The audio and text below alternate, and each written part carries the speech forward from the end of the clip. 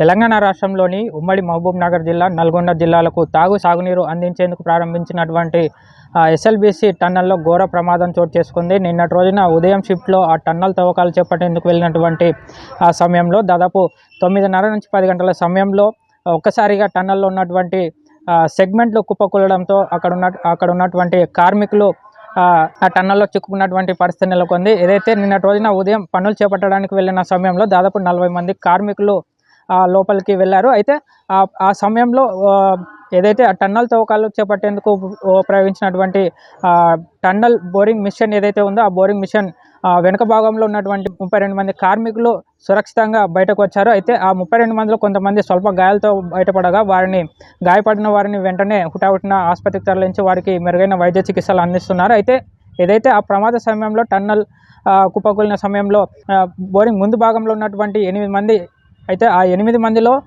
2 ఇంజనీర్లు, 6 మంది కార్మికులు ఉన్నట్టుగా అక్కడ ఉన్నటువంటి వారు తెలుపుతూ ఉన్నారు. ఆ 8 మంది ఏదైతే ఆ కుప్పకూలిన సమయంలో దాదాపు భారీగా ఆ సెగ్మెంట్లో కుప్పకూలిపోవడంతో ఒకసారిగా మట్టి నీళ్ళు కూడా ఆ ప్రదేశంలో చేరుకున్నాయి. ఆ ప్రదేశంలో మొత్తం బురదతో కూడుకున్నటువంటి పరిస్థితి ఏర్పడింది. అయితే ఏదైతే కూలినటువంటి సమయంలో భారీ బోరింగ్ మిషన్ ఏదైతే ఉందో దాదాపు ఆ ప్రాంతం నుంచి 14 కిలోమీటర్ల కుప్పకూలినటువంటి ప్రాంతం నుంచి 80 మీటర్ల మేర వెనక్కి వచ్చింది. అంటే ఆ భారీ యంత్రమే 80 మీటర్ల వరకు వచ్చిందంటే ఆ ప్రదేశంలో ఎంతటి ప్రెజర్తో ఆ మట్టి నీళ్ళన్నీ కూడా వచ్చింటాయని మనం అంచనా వేయచ్చు. అయితే అక్కడ ఉన్నటువంటి వారు దాదాపు బోరింగ్ ముందు భాగంలో ఉన్నటువంటి వారు ఆ మట్టి బురదలోనే కూరుకుపోయినటువంటి పరిస్థితి నెలకొంది. అయితే ఘటనకు సంబంధించి సమాచారం అందుకున్నటువంటి తెలంగాణ మంత్రులు ఉత్తమ్ కుమార్ రెడ్డి, జూపల్లి కృష్ణారావు కూడా నిన్నటి రోజున ఆ ప్రాంతానికి చేరుకొని ఆ ప్రమాద ఘటనకు సంబంధించి కూడా అంతా సమీక్షించి అధికారులతో చర్చించి ముమ్మర ప్రయత్నాలు అయితే చేపడుతున్నారు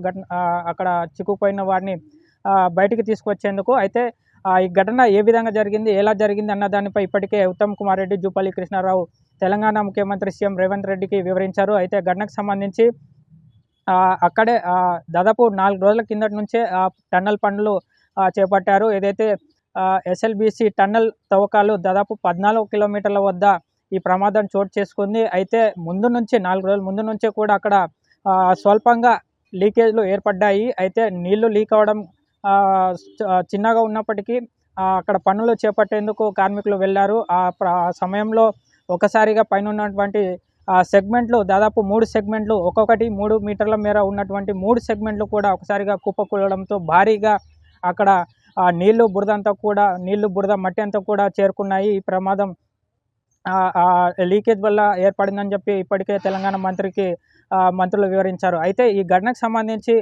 ప్రధాని నరేంద్ర మోదీ కూడా తెలంగాణ ముఖ్యమంత్రి సీఎం రేవంత్ రెడ్డికి ఫోన్ ద్వారా ఆ ఘటనకు సంబంధించిన విషయాలన్నీ కూడా అడిగి తెలుసుకున్నారు. కేంద్రం నుంచి ఎలాంటి సాయం కావాలన్నా కూడా చేస్తామని కూడా ముఖ్యమంత్రికి హామీ ఇచ్చినట్టుగా తెలుస్తూ ఉంది. అయితే ఈ ఘటనకు సంబంధించి ఎవరైతే ఈ ప్రమాదంలో చిక్కుకున్నారో ఆ 8 మందిని బయటికి తీసుకువచ్చేందుకు కూడా నిన్నటి రోజు నుంచి కూడా ఎన్డీఆర్ఎఫ్, ఎస్డీఆర్ఎఫ్ బృందాలతో పాటు తెలంగాణ సింగరేణి బొగ్గు గనుల ప్రాంతంలో మైనింగ్ పనులు చేపడుతుంటారు. వాళ్ళని కూడా వాళ్ళ సాయంతో పాటు అదేవిధంగా తెలంగాణలోని దాదాపు 27 మంది ఆర్మీ వాళ్ళని కూడా ప్రత్యేకంగా పిలిపించి అక్కడ సహాయక చర్యలు అయితే చేపట్టారు. అయితే దాదాపు నిన్నటి రోజు రాత్రి 10 గంటల సమయం వరకు కూడా ఈ ఎస్డీఆర్ఎఫ్, ఎన్డీఆర్ఎఫ్ బృందాలతో పాటు నిన్నటి రోజున రాత్రి దాదాపు ఏదైతే 14 కిలోమీటర్ల మేర ఈ టన్నల్ ఉందో ఆ 14 కిలోమీటర్ల మేర ఉన్నటువంటి టన్నల్లో 11 కిలోమీటర్ల వరకు వెళ్ళి అక్కడ వారిని పేరుతో పిలవగా అక్కడ నుంచి ఏదైతే ప్రమాదంలో చిక్కుపోయారో వాళ్ళ నుంచి ఎలాంటి రెస్పాన్స్ రాకపోవడంతో రాత్రి అక్కడ సహాయక చర్యలు చేపట్టలేక వెనుతిరిగి వచ్చినటువంటి పరిస్థితి ఏర్పడింది. అయితే ఎస్డీఆర్ఎఫ్, ఎన్డీఆర్ఎఫ్ బృందాలతో పాటు మరికొంతమంది సహాయంతో ఇవాళ ఉదయం నుంచి కూడా సహాయక చర్యలు అయితే చేపట్టారు. అయితే భారీగా ఏదైతే 3 సెగ్మెంట్లు ఒక్కొక్కటి 3 మీటర్ల మేర 3 సెగ్మెంట్లు కూలిపోవడంతో భారీగా మట్టి, బురద, నీళ్లు చేరుకోవడంతో వాటిని బయటికి తీసేందుకు భారీ యంత్రాలతో నీళ్ళని బయటకు తోడుతున్నటువంటి పరిస్థితి నెలకొంది. అయితే నీళ్ళనైతే తోడొచ్చు కానీ అక్కడ ఉన్నటువంటి బురద మట్టిని తీసుకురావడానికి కాస్త శ్రమించాల్సిన పరిస్థితి ఏర్పడుతుంది. ఆ మట్టి బురదను బయటికి తోడేందుకు ఒకరోజు సమయం కూడా పట్టే అవకాశం ఉందన్నట్లు కూడా నిపుణులు చెప్తా ఉన్నారు. అయితే ఈ క్రమంలో అక్కడ ఉన్నటువంటి వారు నిన్నటి రోజున ఏదైతే ఆ ప్రమాదంలో చిక్కుకున్నటువంటి 8 మంది సురక్షితంగా ఉన్నారా లేదా అన్నది ప్రశ్నార్థకంగా మారింది. దీనికి సంబంధించి వాళ్ళ కుటుంబ సభ్యులకు కూడా అధికారులు సమాచారం అందించారు. వాళ్ళ కుటుంబ సభ్యులు కూడా ఆ ప్రాంతానికి చేరుకొని నిరీక్షిస్తూ ఉన్నారు. వాళ్ళు సురక్షితంగా బయటికి రావాలని కూడా ప్రార్థిస్తున్నటువంటి పరిస్థితులు నెలకొన్నాయి.